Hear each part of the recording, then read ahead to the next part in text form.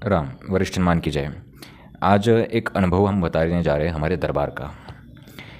ये कुछ दरबार में ऐसे अनुभव हमें आते हैं जिनसे लोगों को भी सीखने को बहुत मिलता है और हमें तो सबसे ज़्यादा सीखने को मिलता है। अब एक बार की ये घटना है कि जब दरबार था तो दो लोग आए। उसमें से एक तो पहले से हमें जानते थे क्योंकि वो पहले एक बार आ चुके थे दरबार में। उनके साथ एक व्यक्ति आए, वो हमारे सामने बैठे। परीक्षात्मक भावना से वो आए थे कि हम परीक्षा लें इनकी, क्या इनको सब पता है कि नहीं, क्या ये जानते हैं कि नहीं, सच में इनके पास कुछ है कि नहीं।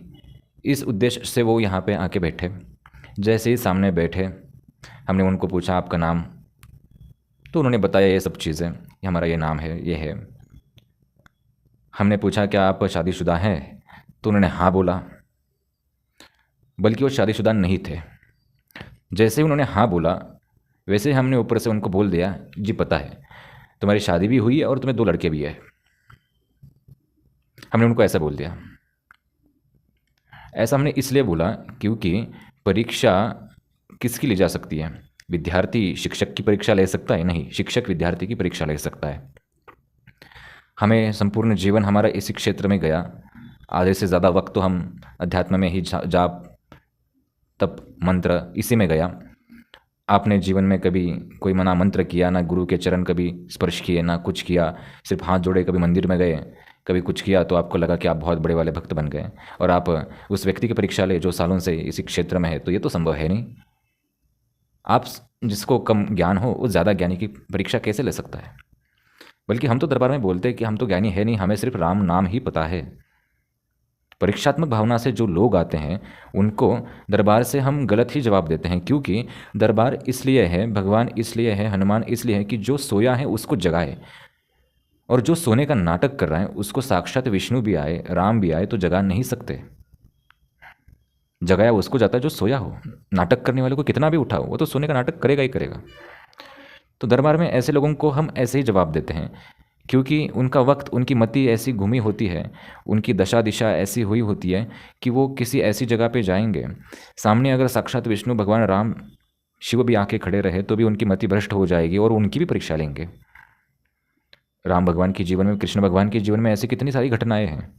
भगवान तक को भी लोगों ने छोड़ा नहीं परीक्षा लेने के लिए, हमें कहाँ से छोड़ेंगे? तो ये हास्यास्पद बहुत विनोद था। और जैसे ही हमने बताया सब चीज़ें तो उनकी मानसिक शांति हो गई कि हाँ सच में इनको कुछ पता नहीं, और वो अपने जो उद्देश्य को लेके आए थे कि हम इनको गलत साबित करेंगे, तो मन ही मन वो खुश हो गए कि हाँ ये गलत साबित हो गए। और जैसे वो निकले और उनके साथ जो पहले वाले एक व्यक्ति थे उनको हमने अंदर बुलाया वापस, और उनको हमने बोला कि ये परीक्षात्मक भावना से आए थे, ना इनकी शादी हुई है ना इनका कुछ, इन्होंने हमें उल्टा उत्तर दिया इसलिए हमने उल्टा और उत्तर दिया। जो आप हनुमान जी के दरबार में दोगे आपको वही मिलेगा। आप श्रद्धा दोगे, भक्ति दोगे तो आपको 10 गुना उसका फल मिलेगा। अगर आप झूठ बोलोगे, झूठ बताओगे, दिखाओगे तो झूठ भी वैसे ही मिलेगा। और एक वैसा अनुभव है हमारा कि दरबार में एक व्यक्ति आए, वो तो करोड़ों के मालिक, लेकिन उन्होंने बोला कि हमारे पास कुछ भी नहीं, हमारे पास ज़्यादा कुछ है नहीं, ये वो, हम नुकसान में है, पैसे नहीं हमारे पास, खुद का घर भी नहीं, कुछ नहीं। इतना झूठ क्यों बोलना? हमें यह समझ में नहीं आता। आप यहाँ पे परीक्षा लेने के लिए आते, झूठ बोलने के लिए आते, किस लिए आते हैं? तो कुछ लोग हास्यास्पद विनोद करते हैं। और जब वो आज 1-2 साल पहले आए थे ऐसे ही मिलने, तब उन्होंने बताया कि हमारे पास कुछ नहीं, और आज नियति का खेल देखिए, सच में आज उनके पास जो था वो सब चला गया। हम ही हमारे सब चीज़ों के लिए जिम्मेदार रहते हैं, क्यों ऐसा करना? तो हास्यास्पद बहुत सारे अनुभव हमारे दरबार में रहे, लेकिन हम किसी का आज तक हम व्यक्ति का मजाक ना उड़ाया, ना उनकी चर्चा की, क्योंकि नियति ने अगर उनको रचा होगा तकलीफ़ देना, नियति ने अगर सामने पंच पकवान का भी अगर थाली रखी होगी और नियति ने रचा होगा कि नहीं इनको सूखी ही रोटी खानी है, तो हाथ उसी जगह पे जाएगा। इसलिए बोला जाता है कि गुरु का मार्गदर्शन आवश्यक है जीवन में। गुरु को आप ज़रूर धारण करें जीवन में। हम ज़्यादातर गुरु पूर्णिमा है इसलिए गुरु की बातें हम आजकल ज़्यादा कर रहे हैं, क्योंकि गुरु पूर्णिमा है, बहुत श्रद्धा है हमारी। तो गुरु रहें तो ये मार्गदर्शन आपको सही करें। गुरु पे विश्वास हो तो फल प्राप्त हो, नहीं तो कुछ नहीं। तो कृपा करके ऐसी मति आपकी भी अगर होती होगी परीक्षा लेने की, तो आप किसी और दरबार में परीक्षा ले सकते हैं, हमारी परीक्षा ना लें, क्योंकि हम परीक्षा देने के लिए बैठे नहीं, ना हमारे पास कोई साधना विद्या चमत्कार कुछ भी नहीं है। परीक्षा लेने के लिए आप आए तो हम हार गए, ये भी समझ लीजिए। क्योंकि वैसे भी हनुमान जी के सामने हम सब कुछ हार चुके हैं और उस हार में इतना आनंद है कि बस शून्य हो चुके हैं हम। और उस शून्य में इतना आनंद है कि हमें और कुछ आपके पास देने के लिए बाकी है नहीं। परीक्षा तो देने के लिए हमारे पास कुछ बाकी है नहीं। हाँ, भक्ति से आओगे, श्रद्धा विश्वास से आओगे तो दावे के साथ कहता हूँ कि बहुत कुछ लेके जाओगे यहाँ से। परीक्षात्मक भाव से आओगे तो यहाँ से आप कुछ नहीं लेके जाओगे। हाँ, आपका मन बहुत खुश होगा कि हाँ हम जीत गए, वो हार गए।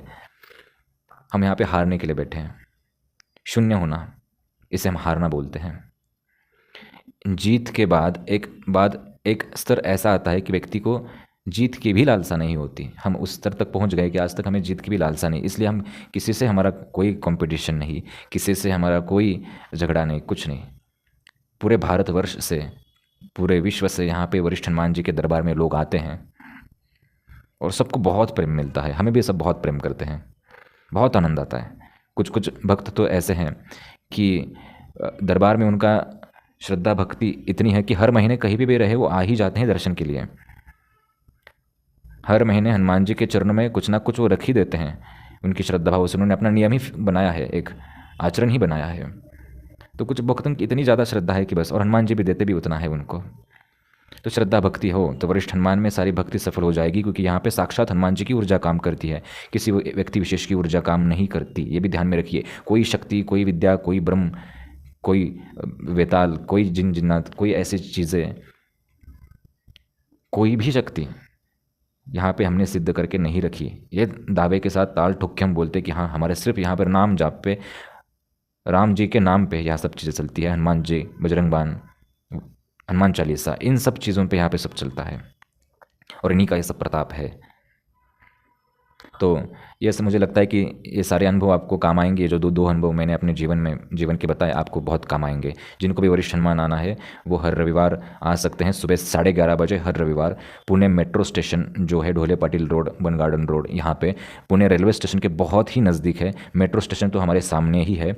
और जिनको भी आना है आपको नीचे व्हाट्सअप नंबर दिया जाएगा, वहाँ पर व्हाट्सअप करिए, आपको पूरा एड्रेस पता वहाँ पर दिया जाएगा। हाँ, फ़ोन पर हम ज़्यादा बात नहीं करते, लेकिन अगर कुछ ज़्यादा समस्या रहे और हमें आदेश रहे तो हम व्हाट्सएप पे बात कर लेते हैं। उस नंबर पे, जो नंबर दिया जाएगा, वहाँ पे कॉलिंग नहीं होता, क्योंकि कुछ लोग बहुत अनावश्यक कॉल करते हैं, इसलिए वहाँ पे कॉलिंग नहीं, सिर्फ व्हाट्सएप पे आपको जानकारी दी जाएगी। श्रद्धा भक्ति भाव रहे तो ज़रूर आइए। और जिनको आने का वक्त रहेगा वरिष्ठ हनुमान में, या फिर जिनका योग संयोग ही रहेगा, हनुमान जी उनको बुला ही लेंगे। और कुछ लोगों को आना है लेकिन वो आ नहीं सकते, तो वो एक काम कर सकते हैं, किसी भी हनुमान मंदिर में आप 1 नारियल, 2 लौंग और 2 फूल सिंदूर लगा के ये हनुमान जी के चरणों में रखिए और हनुमान जी से प्रार्थना करिए कि वरिष्ठ हनुमान हमें आना है, आने का आप रास्ता बनाइए। ज़रूर वहाँ पे आपको रास्ता बन जाएगा। एक हनुमान चालीसा का पाठ ज़रूर करिए वहाँ पे। तो जिनको आना है, नीचे व्हाट्सअप का नंबर दिया जाएगा, उस पर व्हाट्सअप करना कंपलसरी है। पुराने भी लोग जो आना चाहते हैं दरबार में, या जिनकी पेशी है, उनको भी व्हाट्सअप करके जानकारी देना ज़रूरी है कि आज हम आ रहे हैं या फिर कल हम दरबार में आएंगे। ठीक है, ये नियम आप ध्यान में रखिए। आपका सबका स्वागत है। वरिष्ठ हनुमान जी आप सब पे कृपा करें। राम।